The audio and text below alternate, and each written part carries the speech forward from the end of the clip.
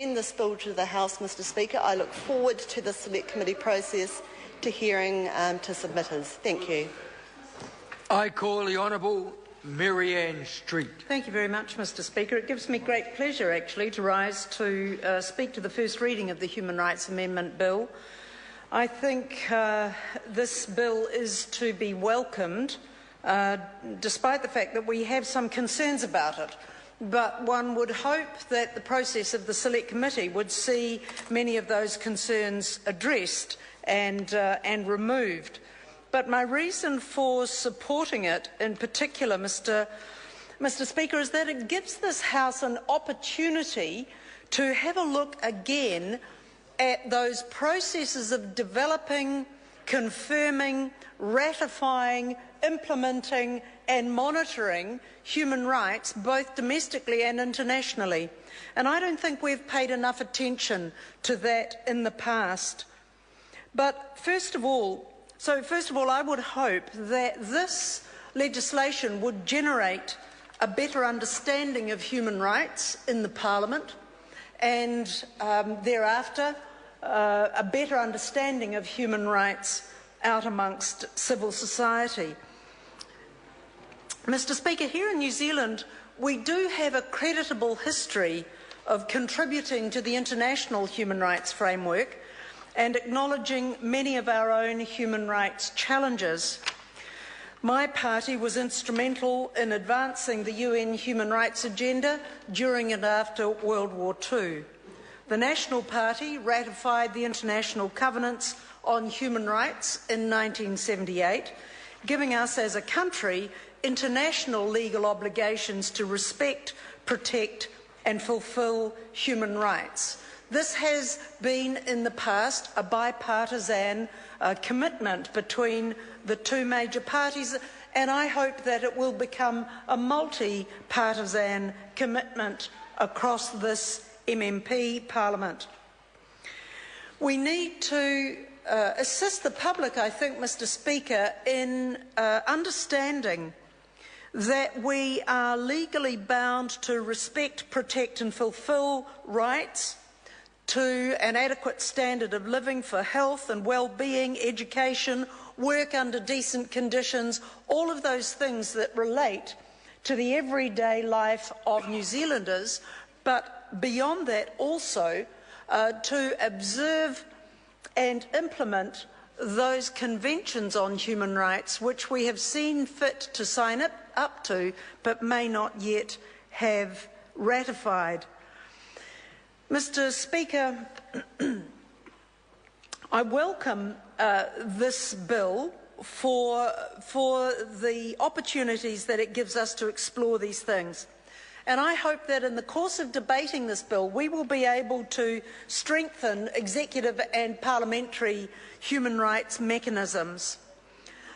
In addition to that, I hope that in the context of this bill, Mr Speaker, that we would be able to argue for human rights education, that as part of civics education within school curricula, that human rights education, as envisaged in the World Programme for Human Rights Education, be included in our school curricula, in the education system and in the professional development of public servants. So those are, to start with, Mr Speaker, my general comments about the opportunities that this bill actually provides us. I want to come to some of the concerns that we have about it. Our major concern on this side of the House is that the Amendment Bill removes the 3 designated specialist commissioners already in place and their functions in preference for the ability of the Chief Human Rights Commissioner to delegate all or part of these functions to one or more commissioners. In the regulatory impact statement prepared by the Ministry of Justice, it's clear that they have recommended this position. They recommend replacing the current 3 full-time commissioners and 5 part-time commissioners with no less than 4 and no more than 5 full-time commissioners, and for the roles to be changed around. But one of the things that is going to be important in the consideration by the Select Committee is what we lose in the course of that if we do not have a designated EEO Commissioner, a designated Disabilities Commissioner or a designated Race Relations Commissioner.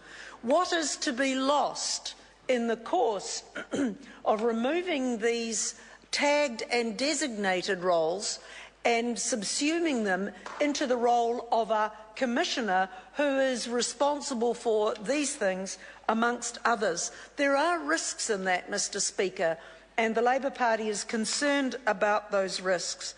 I want to highlight one other point that my colleague Andrew Little made very well, but it bears repetition, and that is in clause 6, which says in part 1b that a commissioner must lead the work of the Commission in any other priority area that is designated by the Chief Commissioner, and the Chief Commissioner may designate an area of work as a priority area only after consultation with the Minister and the other Commissioners.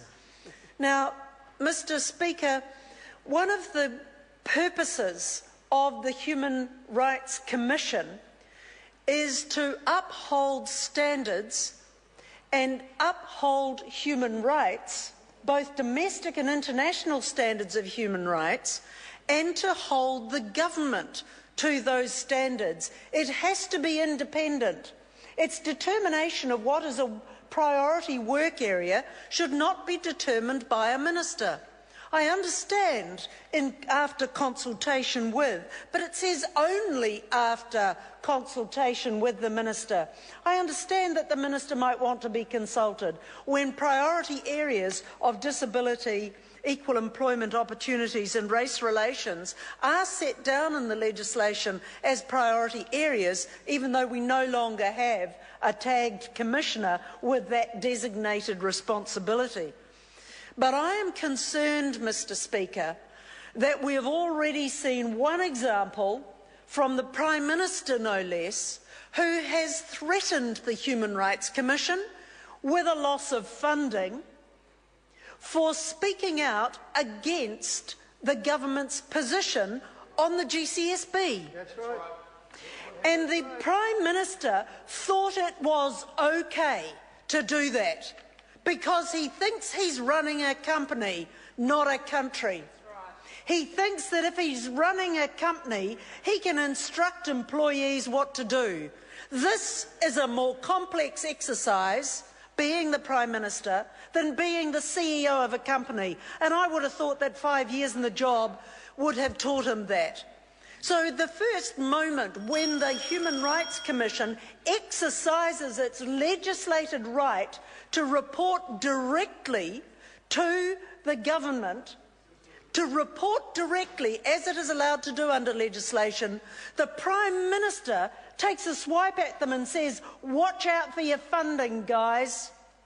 If you're going to turn up with reports like that, you'll have to watch out for your funding."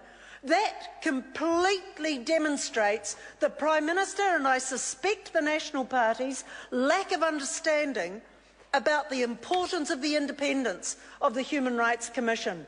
The Human Rights Commission is there to defend the human rights of New Zealand citizens, especially when the government does not observe them.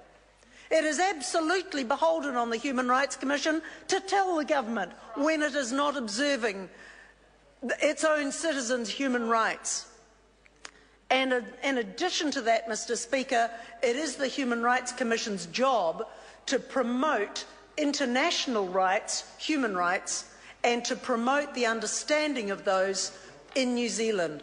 So I'm pleased that there are a couple of clauses in the bill that make the reporting of the Human Rights Commission, or the independence of it, more explicit, but please would somebody show the Prime Minister those clauses.